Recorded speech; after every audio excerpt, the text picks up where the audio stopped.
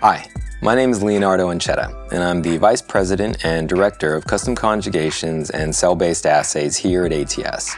And so it's my job to help manage the production of our catalog products as well as the custom protein-to-protein conjugation services. And so the plan today is to try to share some information with you that'll help make your experiments more efficient, help you achieve more accurate results, and hopefully at the same time help lower your costs. So you'll be glad you tuned in. So I'd like to speak to the customers who've been using our secondary conjugates like our Fab Zaps or Streptavidin Zap. And so the question comes up, well, why would I want to switch from using a secondary conjugate to a direct saccharin conjugate? Well, the answer to that question is really going to depend. So if you're using any of our secondary conjugates like our whole IgG Zaps, Fab Zaps, or even the FAST products, and you're specifically working in vitro and you're trying to screen numerous targeting agents, I would then say stay the course. Continue using these products because they are a great and effective way to quickly and economically screen numerous targeting agents. However, if you've been using our Streptavidin Zap with your biotinylated targeting agent and have seen great preliminary results in vivo, then I would strongly suggest you contact us about a direct saccharin conjugate.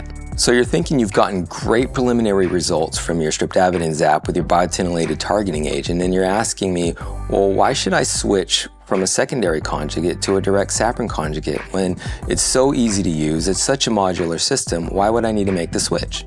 Well, it's a great question, and so the first point I want to bring up is homogeneity. And with our directly labeled saccharin conjugates, with only the linker existing between the targeting agent and saccharin, you end up with a product that is much more homogeneous than one that's made with a secondary antibody or even with biotin and streptavidin.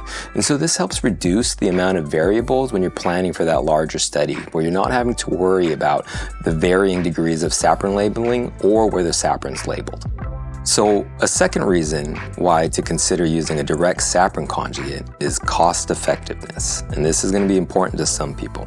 And so to make this easier to understand, let's take an example where a customer is using Streptavidin Zap with a biotinylated IgG. Okay, and so this antibody is approximately 163 kilodaltons in size, which needs to be reacted equimolar with Streptavidin Zap, which is about 136 kilodaltons. So if this customer were to start with 1 milligram of a biotinylated antibody, they would need approximately 0.83 milligrams of Streptavidin Zap.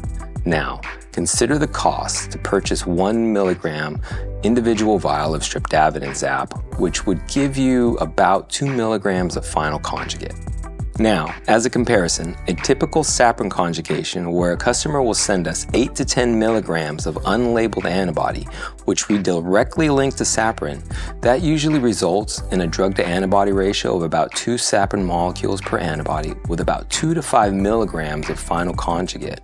So on the same scale, it would cost less to perform a direct saccharin conjugate than for the customer to biotinylate that 1 milligram of antibody. And you get approximately double the amount of final conjugate with a direct saccharin conjugate. So you could see the cost effectiveness. So in conclusion, I just want to reiterate a few things about our custom conjugates and the services that go along with them. So similar to our custom biotinylation services, the fundamental goal here is that 1, the linker doesn't interfere with the target binding affinity of the targeting agent. Number 2, that the linker is stable. And number 3, the conjugate releases the payload into the target cell. So all 3 of those things are really important. They need to happen, which is why we will discuss them with you when you contact us about your next saccharin conjugate. Okay, so that's all I have for you today.